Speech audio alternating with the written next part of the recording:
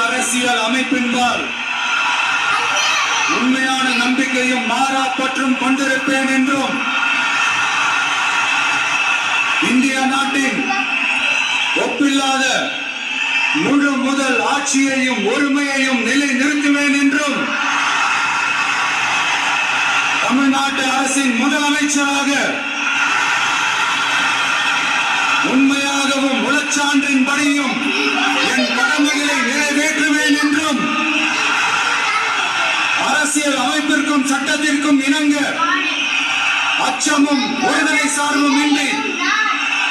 விருப்பு வெறுப்பை விலக்கி பலதரப்பட்ட மக்கள் அனைவருக்கும் நேர்மையானதை செய்வேன் என்றும் ஆண்டவன் மீது ஆணையிட்டு உறுதிமொழிகிறேன்.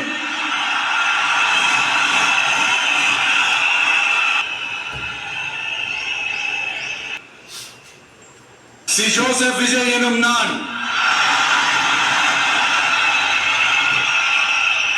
தமிழ்நாட்டு அரசின் முதலமைச்சர் என்ற முறையில் எனது கவனத்திற்குள்ளாவதும் தெரிய வருவதுமான எந்த பொருளையும் முதலமைச்சரின் கடமைகளை உரியவாறு நிறைவேற்ற தேவையான அளவுக்கன்றி